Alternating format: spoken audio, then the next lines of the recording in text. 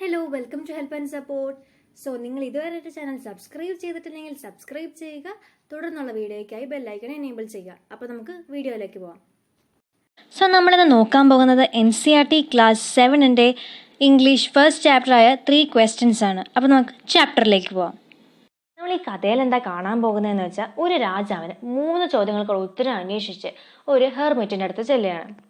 അപ്പോൾ എന്താണ് ആ 3 ചോദ്യങ്ങളെന്നും രാജാവിന് തനിക്ക് വേണ്ടത് കിട്ടിയോ എന്നുമാണ് നമ്മൾ ഈ പാഠഭാഗത്തിലൂടെ അറിയാൻ പോകുന്നത്.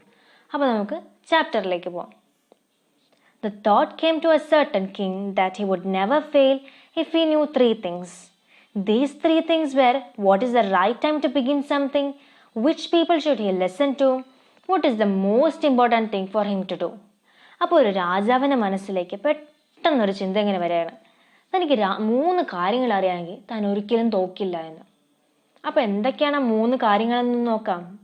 ഒരു സംഭവം തുടങ്ങാനുള്ള കൃത്യമായ സമയം, ആര് പറയുന്നത് വേണം രാജാവ് കേൾക്കാൻ, എന്താണ് രാജാവിന് ചെയ്യാൻ പറ്റിയ ഏറ്റവും ഇമ്പോർട്ടൻ്റ് സാധനം. അപ്പം ഇത് 3 രാജാവിൻ്റെ ചോദ്യങ്ങൾ. അപ്പോൾ രാജാവ് പറയുന്നത് ഇതിനുള്ള ഉത്തരങ്ങൾ കിട്ടിയാൽ താൻ ഒരിക്കലും തോൽക്കില്ല എന്ന്.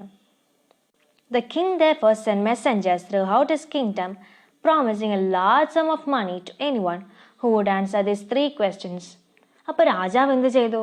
തൻ്റെ രാജ്യം മുഴുവനും മെസ്സഞ്ചേഴ്സിന് അയച്ചു. എന്നിട്ട് പറഞ്ഞു, ഈ 3 ചോദ്യങ്ങൾക്കും ആരാണോ ഉത്തരം പറയുന്നത് അവർക്ക് വലിയൊരു ഗിഫ്റ്റ്, വലിയൊരു എമൗണ്ട് ഓഫ് മണി തന്നെ കൊടുക്കുന്നതായിരിക്കും എന്ന് രാജാവ് പ്രോമിസ് ചെയ്തു. Many wise men came to the king, but they all answered this question differently.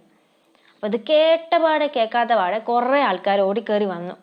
എന്നിട്ട് കുറേ ആൻസേഴ്സ് ഒക്കെ പറഞ്ഞു. പക്ഷെ എല്ലാവരുടെ ആൻസേഴ്സ് വളരെ ഡിഫറെൻ്റ് ആയിരുന്നു. അപ്പോൾ രാജാവ് അതിലൊന്നും അത്ര സംതൃപ്തനായില്ല, സാറ്റിസ്ഫൈഡ് ആയില്ല. In reply to the first question, some said the king must prepare a timetable and then follow it strictly. Only in this way, they said, could he do everything at its proper time. അപ്പോൾ കുറച്ച് പേരെന്താ പറഞ്ഞ ആദ്യത്തെ ക്വസ്റ്റ്യനുള്ള answer ആയിട്ട്, രാജാവ് ഒരു time table വെക്കണം, എന്നിട്ട് എന്നാൽ അതേപാടി ഫോളോ ചെയ്യണം. അപ്പം ഇങ്ങനെ ഒരു ടൈം മെയിൻ്റനൻസും അല്ല ഒരു പ്രോപ്പർ ടൈമിൽ നടക്കുകയും ചെയ്യുമെന്നാണ് കുറച്ച് ആൾക്കാർ പറയുന്നത്. വേറെ ആൾക്കാരെന്താ പറയുന്നത്? Others said that it was impossible to decide in advance the right time for doing something. കുറച്ച് പേര് പറയാണ് ഇത് അസാധ്യമാണ്, ഒരിക്കലും നമുക്ക് വരാൻ പോകുന്ന കാര്യങ്ങളുടെ റൈറ്റ് ടൈമിനെ കുറിച്ച് ഒരിക്കലും അത് മനസ്സിലാക്കാൻ പറ്റില്ല എന്നാണ് കുറച്ച് പേര് പറയുന്നത്. നമ്മളൊരു കാര്യത്തിൻ്റെ റൈറ്റ് ടൈം അറിയണമെങ്കിൽ നമുക്ക് എന്തായാലും അതിൻ്റെ ഫ്യൂച്ചർ അറിയണം, അതുകൊണ്ട് അതൊരിക്കലും സാധിക്കില്ല എന്നാണ് കുറച്ച് പേര് പറയുന്നത്. അതുകൊണ്ട് കിങ് എന്ത് ചെയ്യണം? The king should notice all that was going on, avoid foolish pressures, and always do whatever seemed necessary at that time. ഇപ്പോൾ കുറച്ച് പേര് പറയുന്നത് എന്താ, രാജാവ് ഇങ്ങനത്തെ ഉള്ളൊരു മണ്ടത്തരങ്ങളൊക്കെ ഒന്ന് വിട്ടിട്ട് ആ സമയത്ത് എന്താണോ തോന്നുന്നത് അത് ചെയ്യാം. വേറെ കുറച്ച് പേര് പറയുന്നത് എന്താണ്, yet others said that the king needed a council of wise men who would help him act at the proper time. This was because one man would find it impossible to decide correctly without help from others, the right time for every action. വേറെ കുറച്ച് പേര് പറയാണ്, രാജാവ് കൗൺസിലേഴ്സിൻ്റെ ഉപദേശങ്ങൾ കേൾക്കണം എന്ന് പറയണം. രാജാവിനൊരു councillor വേണം. കൗൺസിലർ എന്ന് വെച്ചാൽ എന്താ, കുറച്ച് ഗ്രൂപ്പ് ഓഫ് പീപ്പിൾ അവർ അഡ്വൈസ് അല്ലെങ്കിൽ റൂൾസ് ഉണ്ടാക്കും. അപ്പോൾ അവർ വേണം, അവരെ നിയമിക്കണം എന്നാണ് കുറച്ച് പേര് പറയുന്നത്. കാരണം ഒരാൾക്ക് ഒരിക്കലും ഒരു ഡിസിഷനിലേക്ക് വരാൻ പറ്റില്ല. ഒരു ഗ്രൂപ്പ് ഓഫ് ആൾക്കാരാകുമ്പോൾ അങ്ങോട്ടും ഇങ്ങോട്ടും ചോദിച്ച് അവസാനം ഒരു ഡിസിഷനിൽ എത്തും. ഇനി കുറച്ച് പേരെന്താ പറഞ്ഞതെന്ന് നോക്കാം. But then others said that there were some things which should be urgent. These things could not wait for the decision of the council. In order to decide the right time for doing something, it is necessary to look into the future, and only magicians could do that. The king therefore have to go to the magicians. അപ്പോൾ കുറച്ച് പേര് പറഞ്ഞെന്താ, ചില കാര്യങ്ങൾ urgent ആയിരിക്കും, പെട്ടെന്ന് നടത്തേണ്ട കാര്യങ്ങളായിരിക്കും. അതിന് നമുക്ക് ഒരിക്കലും കൗൺസിലറിൻ്റെ ഡിസിഷൻ കേൾക്കാനായിട്ട് വന്ന് നിൽക്കാൻ പറ്റുമോ? ഇപ്പോൾ ഒരു പെട്ടെന്നൊരു യുദ്ധം വരെയാണ്, കൗൺസിലർ വാ എന്താ ചെയ്യണ്ടേ എന്ന് പെട്ടെന്ന് ചോദിക്കാൻ പറ്റുമോ? അത് കിങ് തന്നെ എടുക്കണം. പെട്ടെന്നുള്ളൊരു അർജൻറ്റ് കാര്യങ്ങൾ കിങ് തന്നെ നിയമിക്കണം. എപ്പോൾ വാർ തുടങ്ങണം, എപ്പോൾ അവസാനിക്കണം എന്നൊക്കെ കിങ് തന്നെ തീരുമാനിക്കണം. പെട്ടെന്നൊരു ഡിസിഷൻ എടുക്കേണ്ട അവസ്ഥ വന്നിരിക്കുന്നു. അപ്പോൾ ഒരിക്കലും നമുക്ക് കൗൺസിലിനെ കൺസൾട്ട് ചെയ്യാൻ പറ്റില്ല എന്നാണ് പറയുന്നത്. അപ്പോൾ അതിനെന്ത് ചെയ്യണം? ഇതൊക്കെ അറിയണമെങ്കിൽ നമുക്ക് ഫ്യൂച്ചർ അറിയണം. ഭാവിയിൽ സംഭവിക്കാൻ പോകുന്നതാണല്ലോ യുദ്ധം. അപ്പോൾ ഒരു റൈറ്റ് ടൈം നമുക്ക് ഡിസൈഡ് ചെയ്യാലോ. അപ്പോൾ ഫ്യൂച്ചർ അറിയണമെങ്കിൽ രാജാവ് എന്ത് ചെയ്യണം? ഒരു മജീഷ്യനെ പോയി കാണണം, ഒരു മന്ത്രവാദിനെ പോയി കാണണം എന്നാണ് കുറച്ച് പേര് പറയുന്നത്. അപ്പോൾ ആദ്യത്തെ ചോദ്യത്തിനുള്ള ഉത്തരങ്ങൾ എന്തൊക്കെയായിരുന്നു? രാജാവ് ഒരു ടൈം ടേബിൾ വെച്ച് സ്ട്രിക്റ്റ് ആയിട്ട് ഫോളോ ചെയ്യണം. പിന്നെ രാജാവ് ഈ ഫോളിൽ പ്രഷേഴ്സൊക്കെ ഒഴിവാക്കിയിട്ട് ആ സമയത്ത് എന്താണോ തോന്നുന്നത് അത് ചെയ്യണം. പിന്നെ കുറച്ച് പേര് പറഞ്ഞു രാജാവ് ഒരു ഗ്രൂപ്പ് ഓഫ് കൗൺസിലേഴ്സിനെ നിയമിക്കണം. കുറച്ച് പേര് പറഞ്ഞു രാജാവ് ഒരു മജീഷ്യനെ പോയി കാണണമെന്നാണ് പറഞ്ഞത്. ഇനി നമുക്ക് രണ്ടാമത്തെ ക്വസ്റ്റിനുള്ള ഉത്തരങ്ങൾ എന്താണെന്ന് നോക്കാം. In their answers to the second question, some said that the people most necessary to the king were his counselors. Others said the priest. A few others chose the doctors, and yet others said that his soldiers were the most necessary. അപ്പോൾ രണ്ടാമത്തെ question എന്തായിരുന്നു? രാജാവ് ആര് പറയുന്നത് കേൾക്കണം, അല്ലെങ്കിൽ രാജാവിന് ഏറ്റവും നെസസറി ആയിട്ടുള്ള ആവശ്യമുള്ള ആൾക്കാർ ആരാണ് എന്നാണ് ചോദ്യം. അപ്പോൾ അതിന് ഉത്തരം പറഞ്ഞത് എന്താണ്? കുറച്ച് പേര് പറഞ്ഞു കൗൺസിലേഴ്സാണ്, കുറച്ച് പേര് പറഞ്ഞു സന്യാസിമാരാണെന്ന് പറഞ്ഞു, കുറച്ച് പേര് പറഞ്ഞു അവരൊന്നുമല്ല ഡോക്ടേഴ്സാണെന്ന് പറഞ്ഞു, കുറച്ച് പേര് പറഞ്ഞു അല്ല രാജാവിന് ഏറ്റവും കൂടുതൽ ആവശ്യം സോൾജേഴ്സിനാണെന്ന് പറഞ്ഞു. അപ്പോഴും രാജാവ് സാറ്റിസ്ഫൈഡ് ആയില്ല. ഇനി നമുക്ക് തേർഡ് ക്വസ്റ്റ്യൻ്റെ ആൻസറിലേക്ക് പോകാം. The third question, some said science, others chose fighting, and yet others religious worship. അപ്പോൾ തേർഡ് ക്വസ്റ്റ്യൻ എന്തായിരുന്നു? രാജാവിന് ഏറ്റവും ഇമ്പോർട്ടൻറ്റ് കാര്യം എന്താണെന്ന്. അപ്പോൾ കുറച്ച് പേര് പറഞ്ഞു സയൻസുമായിട്ട് ബന്ധപ്പെട്ട് പുരാതന സംഭവങ്ങളൊക്കെ എന്തെങ്കിലുമൊക്കെ നോവലല്ല സയൻസുമായിട്ട് ബന്ധപ്പെട്ട എന്തെങ്കിലും കാര്യങ്ങൾ ചെയ്യാനാണ് കുറച്ച് പേര് പറഞ്ഞത്. വേറെ കുറച്ച് പേര് പറഞ്ഞത് എന്താണ്? ഫൈറ്റിംഗ്, യുദ്ധം, ഇങ്ങനെ ഫൈറ്റിംഗ് ആണ് കുറച്ച് പേര് ചൂസ് ചെയ്തത്. മറ്റൊരു പറഞ്ഞ റിലീജിയസ് വേർഷിപ്പ്, തൻ്റെ ദൈവത്തെ ആരാധിക്കാനായിട്ടാണ് രാജാവ് ഏറ്റവും കൂടുതൽ സമയം കണ്ടെത്തേണ്ടതെന്നാണ് കുറച്ച് പേര് പറഞ്ഞത്.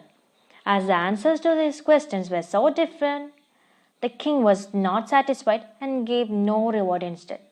അപ്പോൾ ആൻസേഴ്സ് എല്ലാം ഡിഫറെൻ്റ് ആയതുകൊണ്ട് തന്നെ കിങ് സാറ്റിസ്ഫൈഡ് അല്ലായിരുന്നു, ഒരു റിവാർഡും കൊടുത്തില്ല, ഒരു പ്രൈസും ആർക്കും കൊടുത്തില്ല. അപ്പോൾ എന്ത് ചെയ്തു? He decided to seek the advice of a certain hermit who was widely known for his wisdom. അപ്പോൾ പുള്ളിക്കാരനൊരു ഹെർമിറ്റിനെ കുറിച്ച് കേട്ടിട്ടുണ്ട്. അതായത് ഹെർമിറ്റ് എന്ന് പറഞ്ഞാൽ ഒരാൾ ഒറ്റയ്ക്ക് ജീവിക്കുന്ന, ഒരു സിമ്പിൾ ലൈഫ് ജീവിക്കുന്ന ഒരാളെയാണ് ഹെർമിറ്റ് എന്ന് പറയുന്നത്. പുള്ളിക്കാരൻ്റെ ബുദ്ധി പ്രശസ്തി ആ കിങ്ഡം ഫുള്ളൊന്ന് പറന്നിട്ടുണ്ടായി. അപ്പോൾ പുള്ളിക്കാരനെ പോയി കാണാമെന്ന് ആര് തീരുമാനിക്കുകയാണ്? രാജാവ് തീരുമാനിക്കുകയാണ്. The hermit lived in a wood which he never left. അപ്പോൾ ഹെർമിറ്റ് ജീവിച്ചിരുന്നത് അവിടെയാണ്, ഒരു ഫോറസ്റ്റിലാണ്. വുഡ് എന്ന് പറഞ്ഞാൽ ഫോറസ്റ്റാണ്. അവിടെ നിന്ന് പുള്ളിക്കാരൻ പോയിട്ടേ ഇല്ല. He saw no one but simple people, and so the king put on ordinary clothes. Before he reached the hermit's hut, the king left his horse with his bodyguard and went on alone. അപ്പോൾ അവിടെ പുള്ളിക്കാരൻ king ചെന്നപ്പോൾ എന്താ കാണുക? സാധാരണ ആൾക്കാരാണ്. അപ്പോൾ രാജാവ് എന്ത് വിചാരിച്ചു? രാജാവും സാധാരണക്കാരുടെ ഡ്രസ്സ് ഇട്ടിട്ടാണ് എങ്ങോട്ട് പോകുന്നത്? ഹെർമിറ്റിൻ്റെ കുടിലേക്ക് പോകുന്നത്. അപ്പോൾ രാജാവ് ഹെർമിറ്റിൻ്റെ കുടിൽ എത്തണതിന് കുറച്ച് മുമ്പ് തൻ്റെ കുതിരേനെയും ബോഡി ഗാർഡിനെയും അവിടെ വെച്ച് തനിയാണ് അങ്ങോട്ട് പോയത്. As the king came near the hermit's hut, he saw the hermit digging the ground in front of his hut. അപ്പോൾ രാജാവ് അടുത്തെത്തിയപ്പോൾ രാജാവ് കണ്ടെന്നാണ് ആ ഹെർമിറ്റ് ഒരു കുഴി കുടിച്ചുകൊണ്ടിരിക്കുകയാണ് ഹെർമിറ്റിൻ്റെ വീടിൻ്റെ മുമ്പിൽ. He greeted the king and continued digging. അപ്പോൾ എന്ത് ചെയ്തു? ഈ ഹെർമിറ്റ് ഒരാൾ കണ്ടപ്പോൾ നമ്മൾ ഗ്രീറ്റ് ചെയ്യില്ല, ഗുഡ് മോർണിംഗ് അങ്ങനെ എന്തെങ്കിലുമൊക്കെ പറഞ്ഞ് ഹെർമിറ്റ് രാജാവിനെ ഗ്രീറ്റ് ചെയ്തു. അപ്പോൾ രാജാവ് ചെറിയൊരു ക്യാരക്ടറിസ്റ്റിക്സ് ഹെർമിറ്റിൻ്റെ തരയാണ്. അതായത് hermit was old and week. അപ്പോൾ ഹെർമിറ്റിൻ്റെ ക്യാരക്ടറിസ്റ്റിക്സ് എന്താണ്? ഹെർമിറ്റ് ഓൾഡും വീക്കും ആയിരുന്നു. ഓൾഡ് എന്ന് പറഞ്ഞാൽ വയസ്സായതായിരുന്നു, വീക്ക് എന്ന് പറഞ്ഞാൽ ഒരു ചെയ്യാനായിട്ട് അത്ര ഒരു ഇതില്ലാത്ത ഒരാൾ. അത് ഭയങ്കര കാരണം എന്താണ്? അയാൾ വളരെ ഹാർഡ് വർക്കിംഗ് ആയിരുന്നു, അതുകൊണ്ട് തന്നെ വീക്കായിരുന്നു. The king went up to the hermit and said, I have to come to you, wise hermit, to ask you to answer 3 questions. How can I learn to do the right thing at the right time? Who are the people I need most? And what affairs are the most important? അപ്പോൾ king അവിടെ ചെന്നിട്ട് ആ 3 questions ഈ ഹെർമിറ്റിൻ്റെ അടുത്ത് repeat ചെയ്ത് പറഞ്ഞു. The hermit listened to the king, but he did not speak. He went on digging. "You are tired," said the king. "Let me take the spade and work in your place." അപ്പോൾ ഈ 3 ചോദ്യങ്ങൾ രാജാവ് ചോദിച്ചിട്ടും hermit മിണ്ടുന്നില്ല. പുള്ളിക്കാരൻ എന്താണോ ചെയ്തുകൊണ്ടിരുന്നത് അത് തന്നെ കണ്ടിന്യൂ ചെയ്തുകൊണ്ടിരുന്നു, അതായത് കുഴി കുടിച്ചുകൊണ്ടേയിരുന്നു. അപ്പോൾ രാജാവ് പറഞ്ഞു, "ഓ, നിങ്ങളെ കാണാൻ നിങ്ങൾ വളരെ ക്ഷീണിതനായിട്ടിരിക്കുന്നു, ഇനി ഞാൻ നിങ്ങളുടെ കോഴാലെടുത്ത് ഞാൻ ഡിഗ് ചെയ്യാമെന്ന് പറഞ്ഞു. അപ്പോൾ എന്ത് ഹെർമിറ്റ് പറഞ്ഞു, "thanks," said the hermit, giving the king his spade. Then he sat down on the ground. അപ്പോൾ ഹെർമിറ്റ് ആണ് നന്ദി എന്ന് പറഞ്ഞു. എന്നിട്ട് രാജാവിന് ആ സ്പേഡ് കൊടുത്തു. എന്നിട്ട് പുള്ളിക്കാരൻ കുഴി കുഴിക്കാൻ തുടങ്ങി. ആ ഹെർമിറ്റ് ഒരു താഴെ അവിടെ ഒരു തറയിൽ കുടിലിൻ്റെ അടുത്തായിട്ട് പോയിരുന്നു. When the king had dug 2 beds, he stopped and repeated his question. പുള്ളിക്കാരൻ ഒരു 2 കുഴി കുഴി, അതായത് 2 ചെടി നടാനുള്ള ഒരു കുഴി കുഴിച്ചു കഴിഞ്ഞപ്പോൾ പുള്ളിക്കാരൻ നിർത്തിയിട്ട് ആ ക്വസ്റ്റ്യൻസ് പിന്നെ റിപ്പീറ്റ് ചെയ്തു. The hermit gave no answer.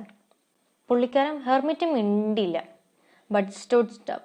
എന്നിട്ട് എന്ത് hermit എഴുന്നേച്ചു. Stretching out his hands for the spade and said, "Now you rest and let me work."